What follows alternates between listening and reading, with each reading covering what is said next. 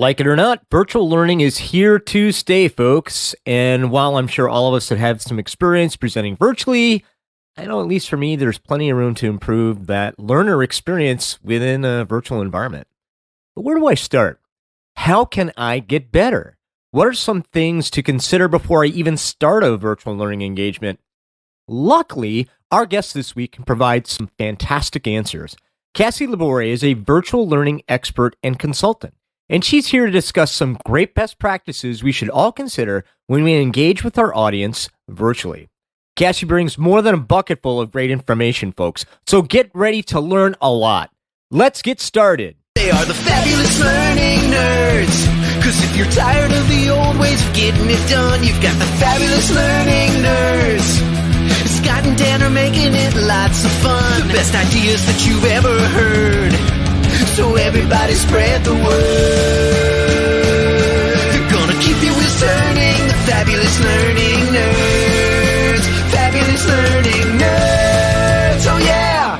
Hey everybody, and welcome back to another fantastic episode of your Fabulous Learning Nerds. I'm Scott Schutte, your host, and with us, as always, he found some internet. Dan Coonrod. Dan the man. Oh, yeah. Dan. Hey, Scott. How you doing? Yeah, for a minute there, I thought you had lost your internet. Oh, no. Oh, yeah. No. It's great. We had. Yeah, no problem. We've had this Dan's quest for internet today. I was going to suggest that he go out to McDonald's and set up over at McDonald's, but we figured it all out. How are you doing today? Oh, I'm fair to Midland. Out here in rural America. Oh yeah. I forgot about that. How could you forget about that? I don't understand. It feels like it's been a while. The quest for internet has been all consuming, and it's tough, man. It's tough for everybody out there in rural America. This is just the blurs. To go from where I was, where it was like, oh, 1 gig internet's cheap, great, to like, oh, I can't even get 1 gig internet, let alone like throw money at it. It's just like, oh man. It's all right, though. It's all right. We're making it. We're glad that you showed up. It would have been a very sad day if you didn't show up. Also with us tonight, you love her. She's the Duchess of Design, Abby Dawson, everybody.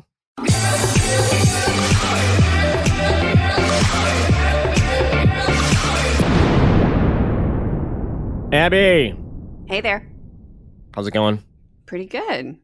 Fantastic. So last week we talked about your Witchy Poo costume, right? Oh, by the way, is that a deep cut? Do you know who Witchy Poo is? I have no idea who Witchy Poo is. Dan, do you know who Witchy Poo is? No. We'll see if our guest knows who Witchy Poo is. We won't go into that. Does your kid have a Halloween costume since it is the time for tricks and treats and such? He does. He's going to be a skeleton. It's adorable. Very classic. And I've managed to talk my husband into being my cat. So I will be a witch. He will be a black cat. It took some maybe not fair bandwagoning from my son. I talked my son into it, and then he bullied my husband into it. But it's going to be adorable. I'm really looking forward to it. Cat. That's fantastic. That is going to be great. Well, I know you're going to have a good time, and I still owe you guys a spooky movie to check out. So that's great. Awesome. Hey, listen, I'm always excited about our guests, but I'm super duper excited about today's guest because this individual is a shining example of how learning people are just awesome people. And I know I said that before, but this is the person that I talk about when I want to, reinforce that learning people are awesome people. And so, without further ado, I'd love to introduce everybody to my good friend, Kassy LaBoire. Everybody, she's with us. Hi. How's it going? It's so good. Thank you for having me today. Oh my goodness, we're super duper excited to have you. And Kassy and I go back just a little ways. There's an interesting story. I met Kassy at Tech Expo in West Palm Beach, Florida. We were both in search of the build your own slider tray and a serving station. And I don't think we ever found it. Did we ever find it, Kassy? I don't think we ever found it. But, friendships that begin with food as a baseline, those are the solid ones. Those are solid friendships. We ended up getting some real food, and it was great. And Kassy's just an amazing person. And we want to get to know all about you, Kassy, but we're going to do so in a little segment we call What's Your Deal? Hey, man. What's your deal? Kassy, what's your deal? Virtual training. I guess we could just start there. I remember, though, 1,000 years ago, I used to live in San Francisco, California, and I was a Microsoft trainer traveling around the Bay Area, teaching people how to use Microsoft Word and Excel, and, well, also a thing called Front Page. How about that? I didn't even know how to use that myself. But I was driving down the 101, and there was a big billboard that was quite wonderful to look at, and it featured RuPaul in a blue and green dress, and the title said, "We've got to start meeting like this." And I thought, yes, we do. What is that? And it was an ad campaign that WebEx, pre-Cisco days, was running for WebEx and online meetings. And I did a little more research, found out about it. They were hiring, and that was my first job officially as a virtual trainer. I became a product trainer for WebEx. It was the late 90s. And I really think it was because of RuPaul's influence, on that whole look and feel. I did get a boa when they hired me. They gave me a blue and green boa and a beach ball. And if you were to Google it, you'll see RuPaul holding the beach ball, saying we've got to meet like this. So it's pretty cool. And I became one of the best origin stories we've heard, I think. Yeah, that's pretty fantastic. Yeah, it was great. I mean, I know, right? I feel that way too. I'm like, is this real? But it's cool. I became a product trainer for them. So, I shifted from being a Microsoft trainer teaching Microsoft products to then teaching this, cool hip company in the Bay Area in the late 90s. And that was 99. So, fast forward a couple of years and 9/11 and the world changed with travel at that point. Fast forward there, and we had the big economic changes, and people were again not meeting online, not meeting in person because of financial stuff, right? And then fast forward to the last 18 or 20 months, whatever it's been. Gosh, soon to be almost 2 years, right? Mm-hmm. And the whole world again is online, and so I've seen a lot of different reasons why people are more willing to be open to meeting online, although the biggest one has been in the last couple of years for sure. That's what I do though. But I do virtual training, but the big thing that I do, because it started with teaching how to use the software that lets you do that, but then it moved into, okay, we get where to click, but how do we be like you? How do we engage people? And I do have a background in theater and public speaking. I always like to say that my degree is in talking. So I then moved into the people side of using these tools, because a tool is one thing, but how you connect with people and how you build relationships using that tool, which is allowing us to connect, is where I love to live and what's most important to me. So I do virtual the trainer, programming, instructional designer, and of course the role of the producer as well. Yeah, and quite good at it, I will say. And you must be wicked busy these days. That would be my guess, just based on everything that's going on.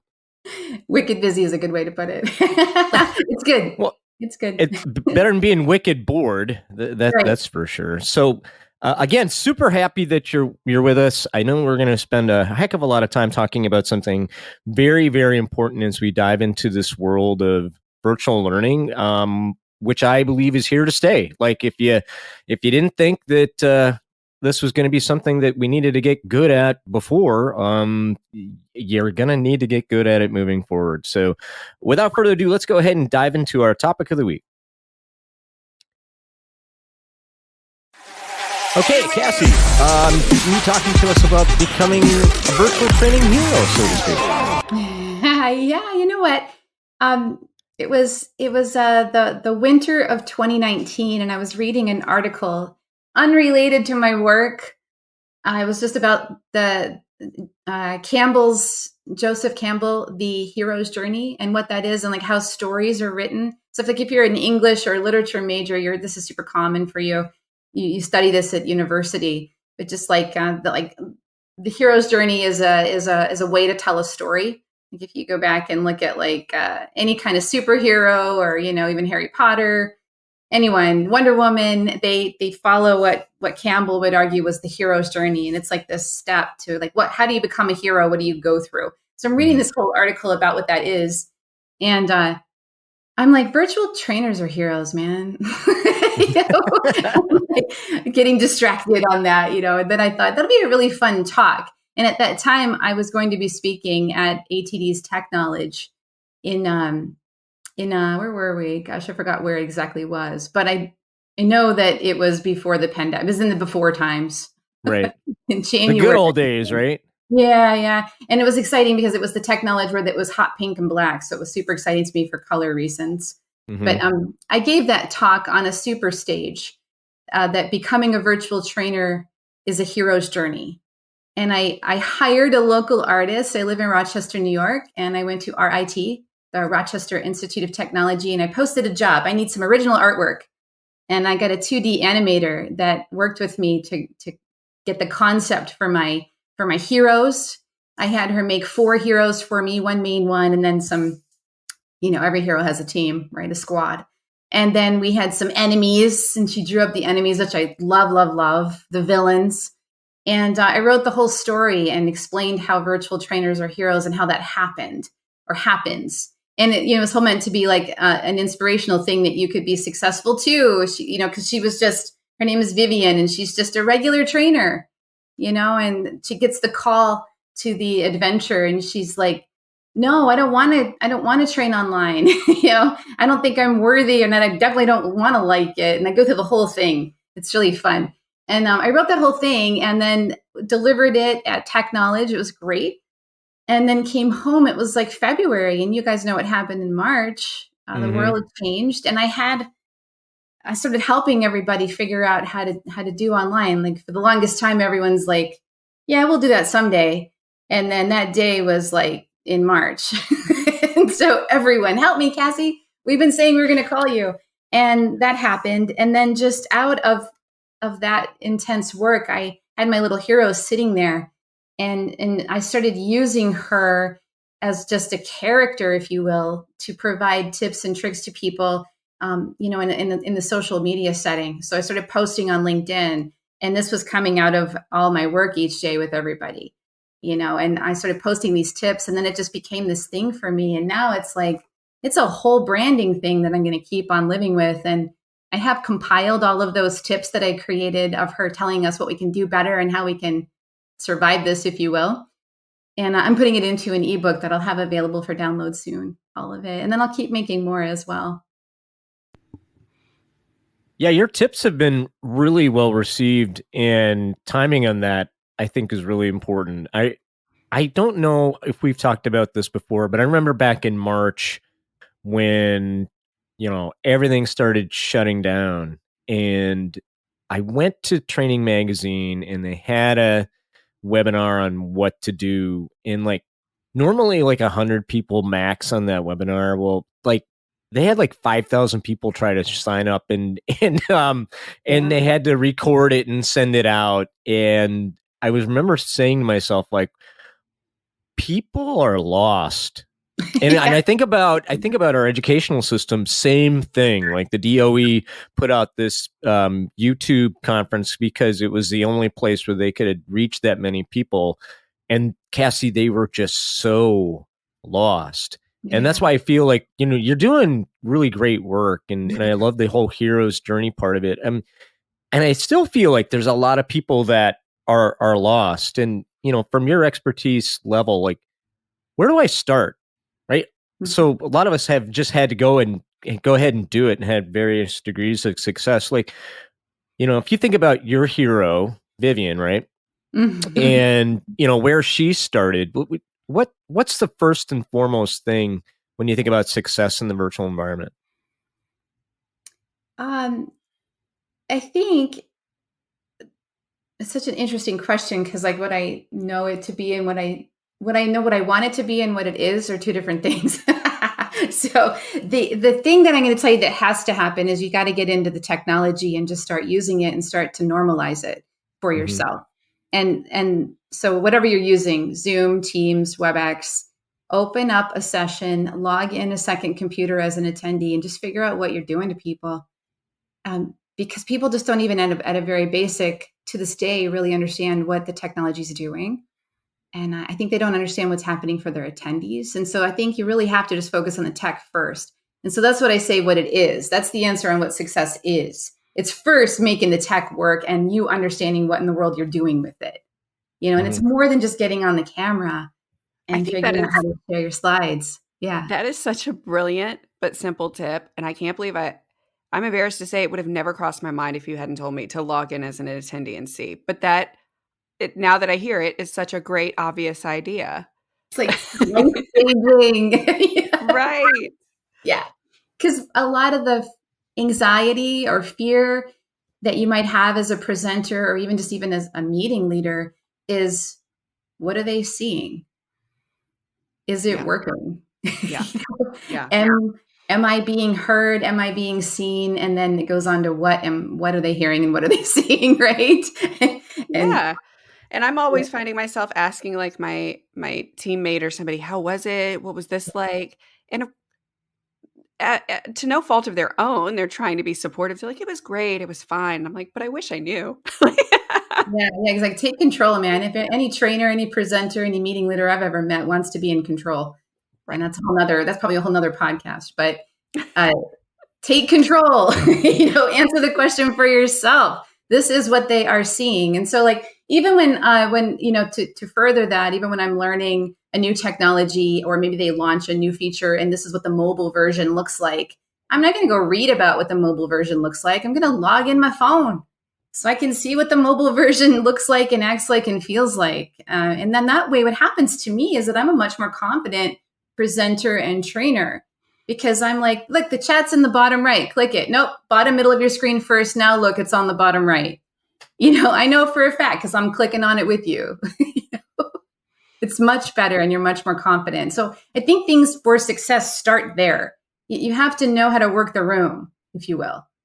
It's like That's trying awesome. To present in a room that you've never been in, I don't know what a stage is. I've never walked on one. How am I supposed to now convey information if I don't know what a stage is, And so that's where it starts. And then once you get past that, there's a whole nother level, but I want to pause and let you guys chime in. Yeah. Yeah. So I have maybe an unfair question, but I'm super curious. With all the different tools out there now for remote facilitation and remote meetings, which one's your favorite? No, that's not fair. No, it's not. But I'm very curious. We have no sponsors here, so you can say whatever the heck you want. It's not a big deal. I don't work for any of these vendors. We have no sponsors today.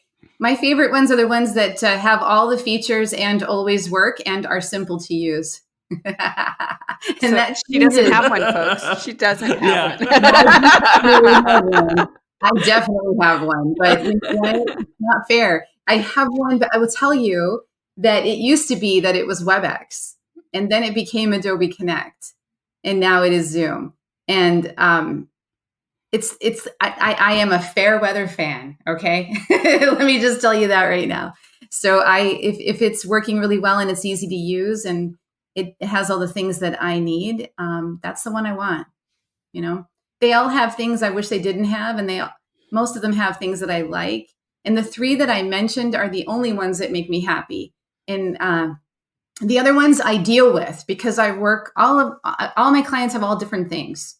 And there are times, where I've actually turned clients away who have tools that I know that I cannot help them be successful with.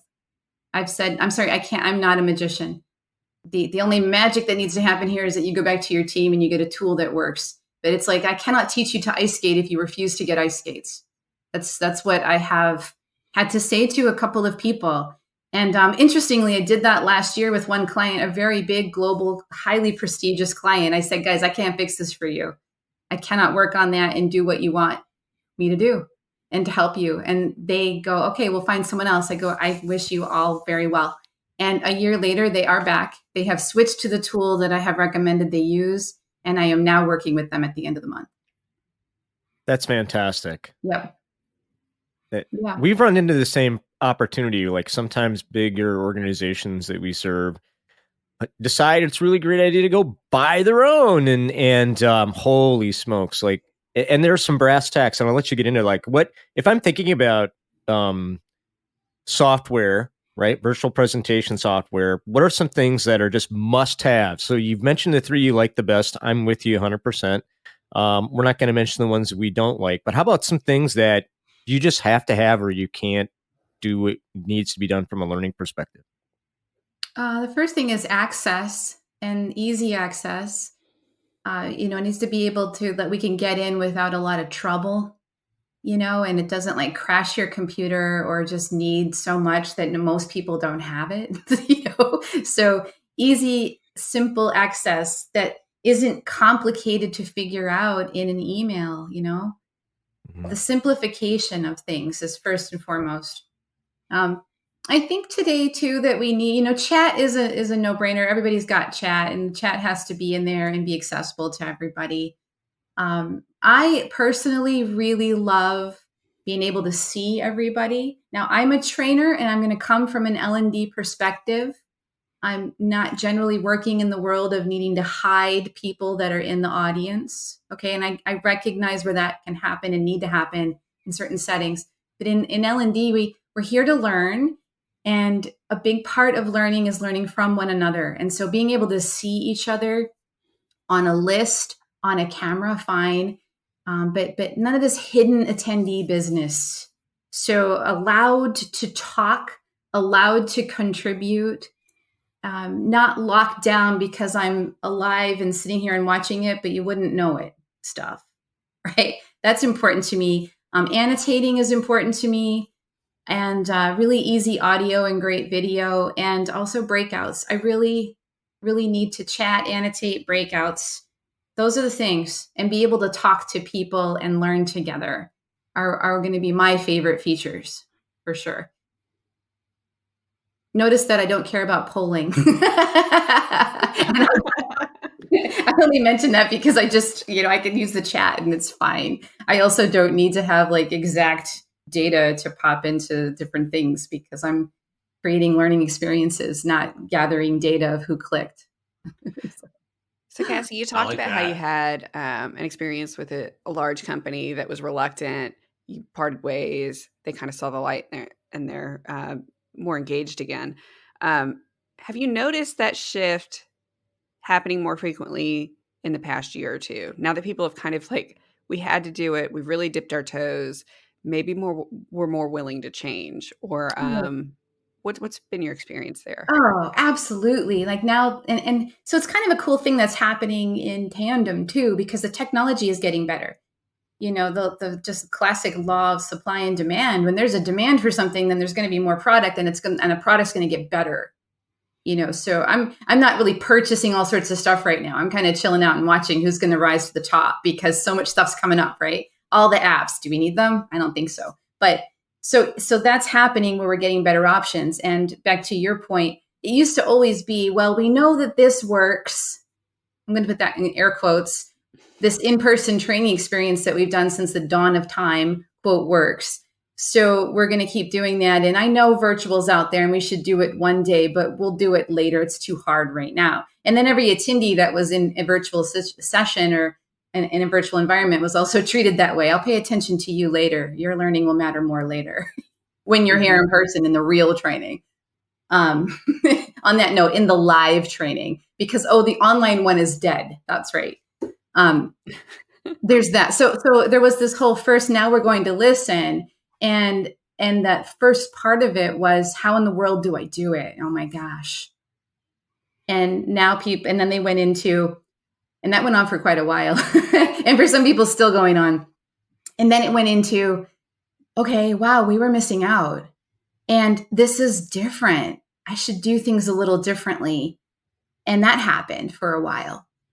Okay, I can do it. I did it. Now I should I should do it a little differently. And then now we're really in the place of, this isn't going to go away. And obviously it works. And now I want to be really good at it.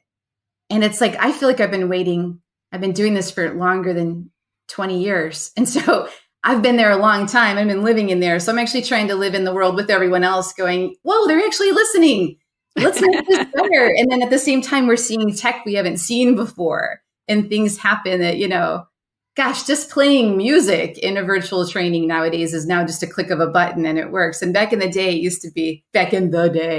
in the before times, it was like everything was going to break. And really, I just would end up holding up my phone to the mic, and hoping you could hear it, Yeah, we've all been there. Yeah, it makes me think, I mean, in my lifetime, I remember when people were going crazy over the idea of employees having PCs. And then they went crazy over the idea of employees having internet on their PCs. And before then, it was women being in the workplace. And everybody said, you're disrupting everything about how our companies work and how business works. And we're not going to be able to overcome these changes. These are huge distractions. They're going to hurt business.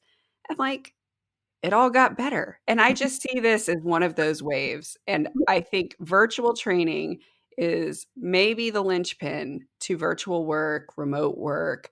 And I think it's just essential. And either you figure it out and you get on board, or you're going to get left behind.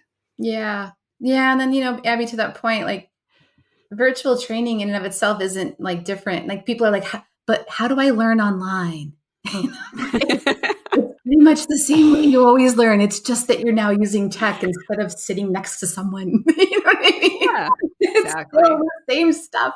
You talk about origin story earlier in our time together today, and I was recently doing a keynote for a local ATD chapter, and I was researching how fun it would be to have what's the origin story of virtual training, like what is that concept? And I came up with it, and it's a little like what you just mentioned. I found a video.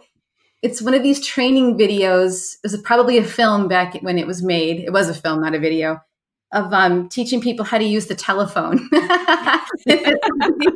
Of that, and it's set in like the 50s, and it's great. And it says, it shows all these people using the phone incorrectly.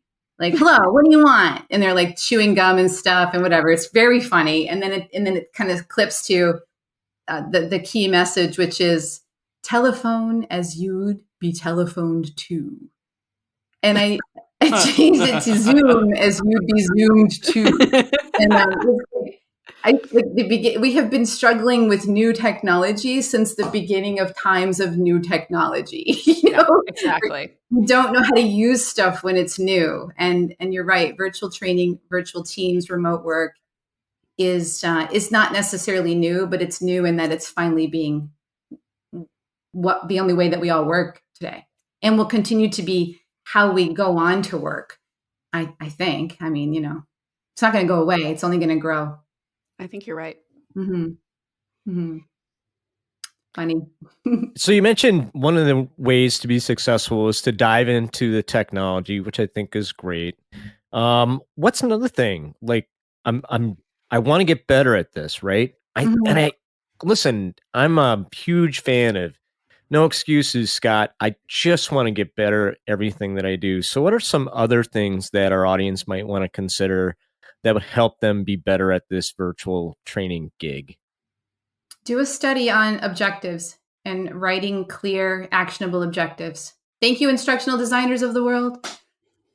If you are clear on what you want people to do rather than you be clear on what you think you know and want to tell others, you will be better at anything that you do in life, actually. So it's what are we trying to do? People always ask me, how long should my training be online? And how many people should I have there? People are always saying that. And I'm like, okay, those two answers will be very clear to you when you get clear on what the objectives of your training, meeting, webinar, whatever you're doing are. When people are done spending time with you in that moment or on that content in that moment, what are they going to do with it? And did what you spent time sharing with them help them to achieve that? All right. Do you want people to just know about it? Or do you want them to be able to do something differently? And those are two different things. and the things that you need to guide people through and have them do are that. So focus on understanding your objectives, and then look. So that's the first part of it. And the second part is then look at what you used to do in person and how you did that. And then look at your tool, your WebEx, your Adobe Connect, your Zoom, whatever, and look at how you can recreate that, but focus on the end game, the objective. So like an example of that, to make that all more clear, because that was all like theory and I'm all about practice. So you know how in person, this is like an old school training game. I'll go back to, let's say it's a blue and green beach ball from WebEx that RuPaul is going to throw over to you, and you're in person. And RuPaul throws the ball to you, Scott, because it's your turn to introduce yourself. And then you do that. Yay! And then what are you going to do with the ball after you're done introducing yourself, Scott? I'm going to toss it to Dan. Exactly. Who's probably going to drop it. Oh, no, he didn't drop it. Wow. Good for you, Dan. That hurts. I know. Hurts. And so this is a common training game, if you will. And we would do it for a lot of reasons, maybe introductions, maybe list one of your strengths, one of your weaknesses. I hate those two questions, by the way. But, we did that, and it's common. And so then people online, you go, well, I can't throw a ball around the room. We're in different states, countries, time zones. I'm not throwing a ball to you. Okay. All right. You're right. But what's the objective of that? The objective is to get people to share and choose who shares next. And there's probably an element of like energy there that you want to create. And, I don't know who's going to be next. Okay, fine. Okay, that's the objective. So obviously I'm not throwing a physical ball around an online room. But what if I did this? What if I ahead of time got a bunch of pictures of everybody that was coming, or I took a screenshot of everybody on camera and I had it on the screen, and we used our annotation tools to quote circle. What if I circled Scott? And that was me throwing the ball to you, Scott. I have a picture of you on the screen, and then you would circle Dan, and then Dan's going to circle Abby, right? And it's the same kind of it's the same objective done differently. And so looking at what you're doing in person that you liked and that worked, and analyzing that objective and going, okay, with the tools that I have in this virtual environment, how might I be able to do that? Granted, it'll be different, but how might I be able to do it? It's cool, isn't it? It's fun then. And that's actually what drove me to write my first book. The Interact and Engage book was just, I had taken all these things that I was doing in person, and here I am doing them online, and here's how I did it. Cool. Yeah. Fun. I love that. It's starting with the basics, the real core understanding of what a trainer should be trying to accomplish, and then being creative on what you're going to do to get there. Yeah. And looking at these tools, which keep changing, and going, oh, I didn't know I could do that. Another one, like recently, these virtual backgrounds that they let us change, they have us changing them because they can for the original intended reasons, right? But what if we did an assessment ahead of time, like an Insights or a DISC or something, and then how you get assigned your thing? Like I'm an I and a D, okay, whatever. But I is always my highest. So what if I made virtual backgrounds and I sent them all to you, and after you did the assessment, you showed up in class and you put your virtual background on? Now I know which one is which.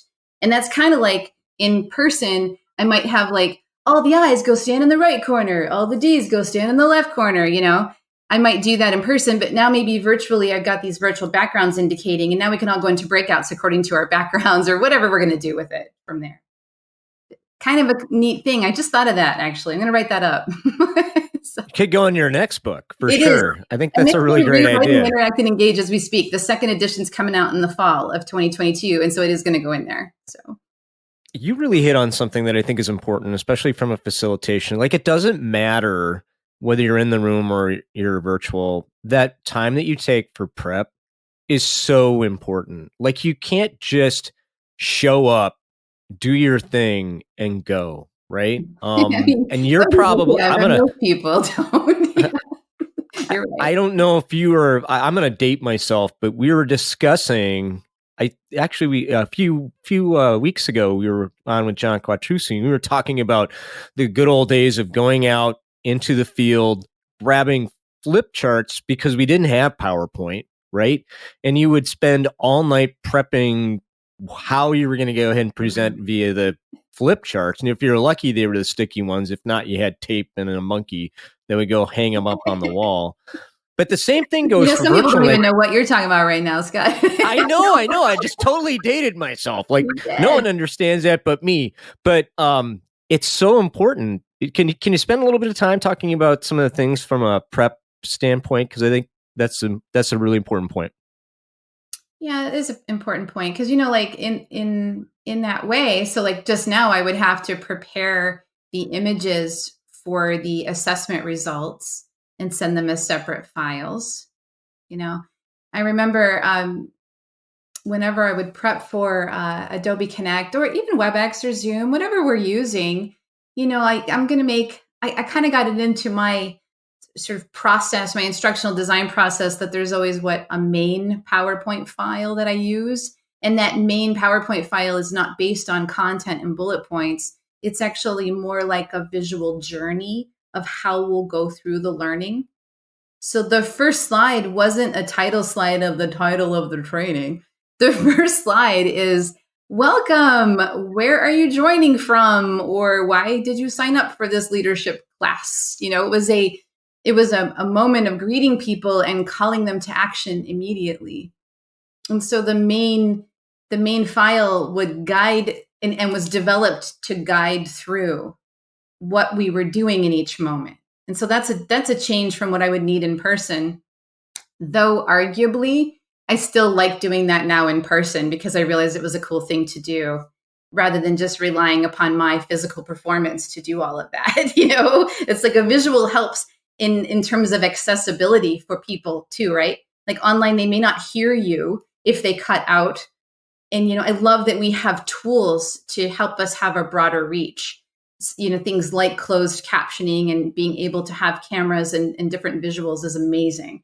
But then, separate files for what people are going to do in any small group breakout activity and having that be part of the package. And like for me, my programming is usually more than one session.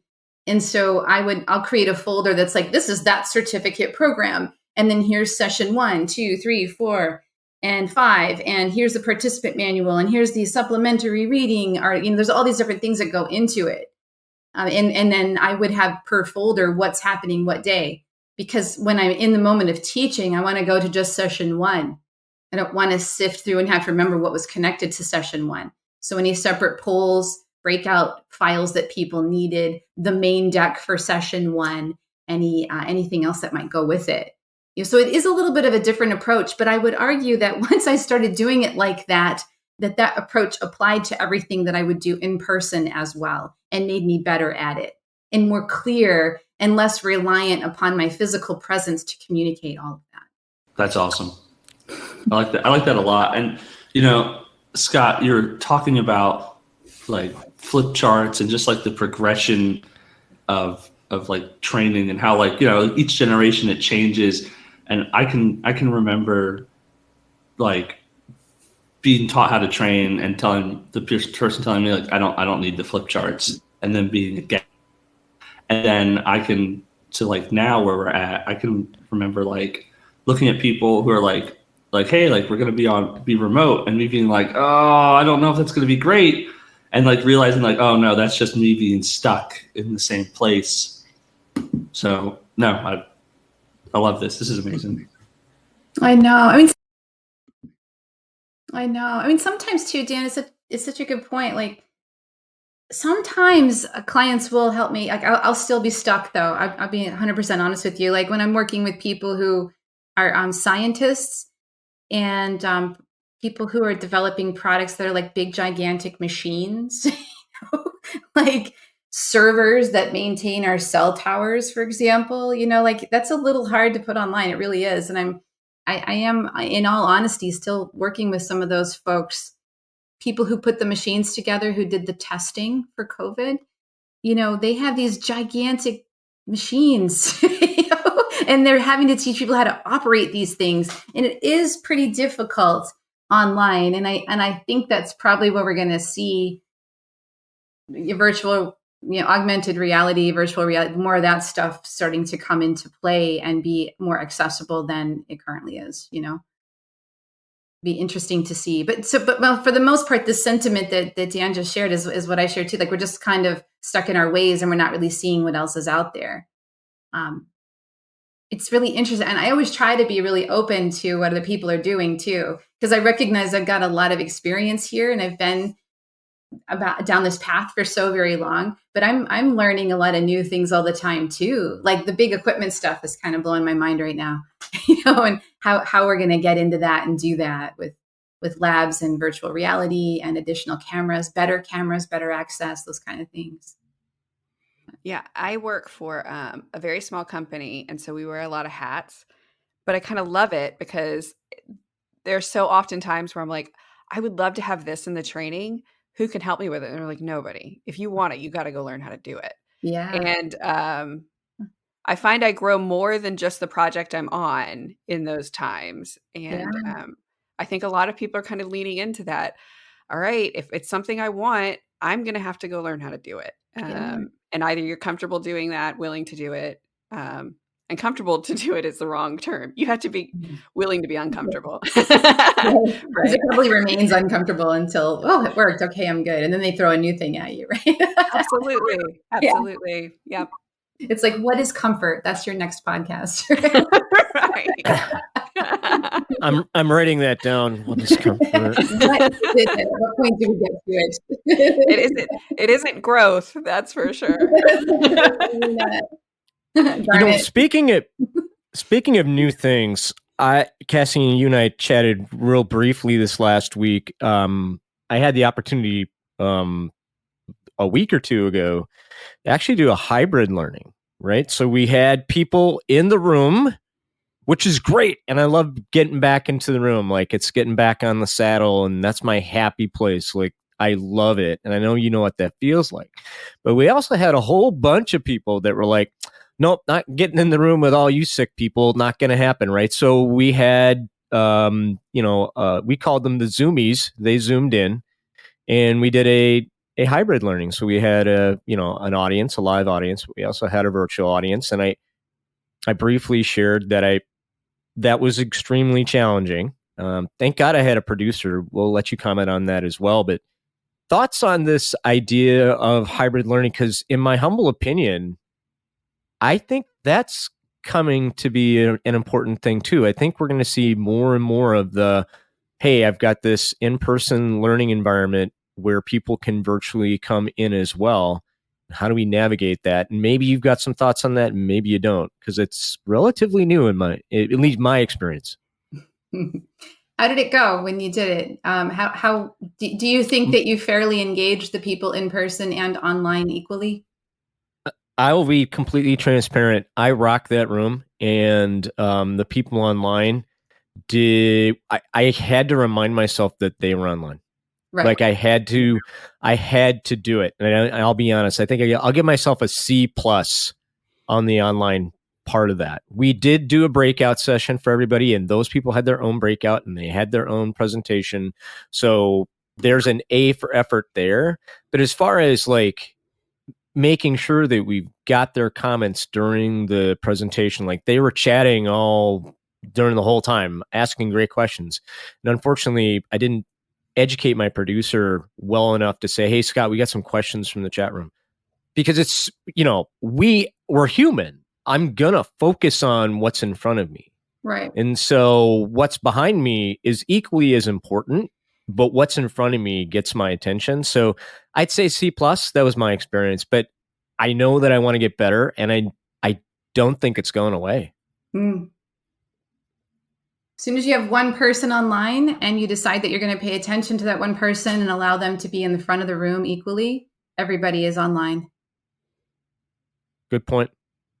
And I don't mean that they actually have to be physically online, but your approach needs to be online. And the idea that you're calling it the room, that I'm back in the room, it's like you got to switch that mindset to the room, also including the online room, that's the room too. And you know what? You can't have something happening in person and not develop a version of it for online, because then you're going to leave the online folks out. And then as soon as you develop the online version, how does the in-person version then work too? So let's just give the in-person people the online version too. And now we're all online. So I don't know that technology is going to bring it.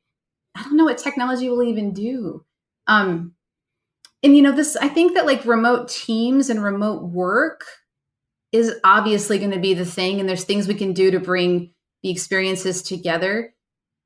In a learning setting, though, I don't understand at this point in time why we want to try to do both at the same time. Because, like you said, the physical, what's in front of you, is going to take over.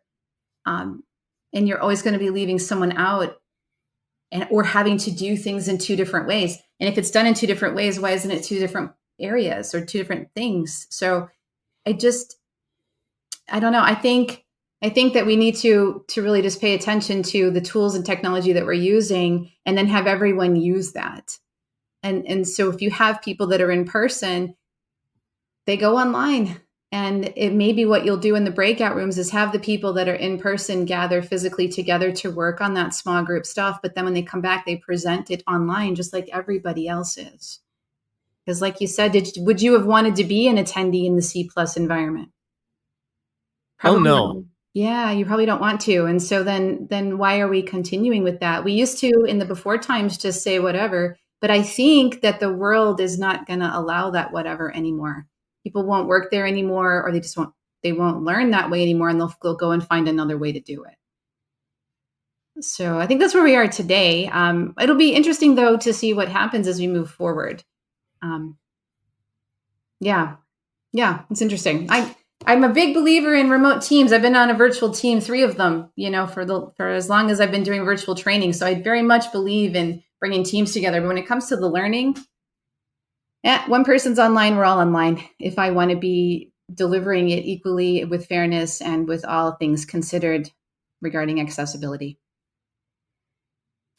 Yeah, and for those of us that are honored to actually see what you do at either DevLearn, which I know is coming up, or places like that, like that's exactly how you do it. Like everybody's in the room, but they're all on a computer. We're all going to go through this online together. And that's a really special skill that I think that you've honed very well. And I appreciate your feedback and humility on my C+ engagement with a hybrid learning. Well, it's really good that you brought it up too, because your honesty and us talking about it is helping people to understand too. What are we going to do, and how maybe we shouldn't even be trying to do it. Maybe we should try to do something entirely different. Like, why are we trying to throw a ball around a virtual room, right? Let's just look at the objective. let's remove the process and look at the objective, and what's the best way to come at the objective given today's world, technology, and people and circumstance. Love it. Mm-hmm. Hey, as we start to wrap up our time together, I know, all too short, is there anything that you'd like to share with our audience that we haven't had an opportunity to do so yet? I mean, what are some key things that you want to make sure people leave with our time with you today, Kassy? To try to have a good time. People are in online meetings all the time, and just connect with them and see, what's going on. And I really think we should pay attention to relationships and how people are feeling, all with a professional setting, of course, but the presenters that you remember are the ones that that seem to care about you and your experience. I can read about content. I can read your bio. I can Google search anything I need. But if I can find a way to truly connect with somebody who cares about what my experience is, and who wants me to do better at my job in this case, that's going to stick with me. Something like using people's names, something simple, asking them a question about how it's going, trying to learn that thing or do that work. It's going to go a long way compared to, here's who I am, and all of you are muted, and these are the steps. Who cares? I could have Googled those steps. What I care about is the challenges that I'm having and how you could help me be better at that. So focus on the people. It's cool we have the tech, but people aren't logging in because of it. They're logging in to learn something and be able to do better. So focus on the people. Kassy, that is why we love L&D people, because they're people. I know. Hold on while I get a tissue. Back to that learning is for people. 100%. That's what it's all about. I love that idea. And I love the idea of like you said, don't worry about the technology. Don't get too caught up with that. It's for people. I love that. Kassy, thank you so much for being with us today. Really appreciate it. Could you help our audience find more? I mean, how can our audience go ahead and get more groovy stuff from you? I think the best place to connect with me is on LinkedIn. So you could find me at Kassy LaBoire on LinkedIn. I also have a website called Kassy Consulting. And on the website soon will be that book that you can download with the virtual training hero and all of her adventures, that too. And then I've got a couple of books out there and a third one that I'm working on as well, which you can find on Amazon. And I think the team is sharing the links to those things. So I think those are the best ways to stay in touch. Oh, wait, one other. The conferences and the webinars, they keep letting me talk at these conferences. So if you are there, I love connecting with people and getting real live in-person photos with you. So that's another way. Kassy, it's just been an honor and such a pleasure. And I truly mean it. You're amazing at what you do, folks. If you need any help with virtual learning, Kassy is the person that you need to be talking to. Go and grab her book or check her out on KassyConsulting.com. But I just appreciate our friendship and I appreciate all the groovy stuff that you bring each and every time. So thank you. Daniel-san. Yes, Scott. Could you do me a solid and let our audience know how they can connect with us? Folks, if you haven't already, reach out to us at learningnerdscast@gmail.com. Email us any questions you might have. Join in on the discussion. We would love to hear from you. If you're on Facebook, you can find us at Learning Nerds. And lastly, for our Instagram folks, we're Fab Learning Nerds. Hey, folks, that's going to be it for us today. Thanks again, Kassy LaBoire. We really appreciate all the nifty stuff you brought with your chat. That was awesome. Hey, do me a favor. Could you go ahead and hit subscribe? If you like the podcast, share it out with your friends. We'd really appreciate it. If you're on a podcatcher like iTunes or Stitcher, leave us a review, and we'll be sure to read it if it's a good one, or even if it's a bad one, we'll probably read that too. And with that being said, my name is Scott. I'm Dan. I'm Abby. I'm Kassy. And we're your fabulous learning nerds, and we are out.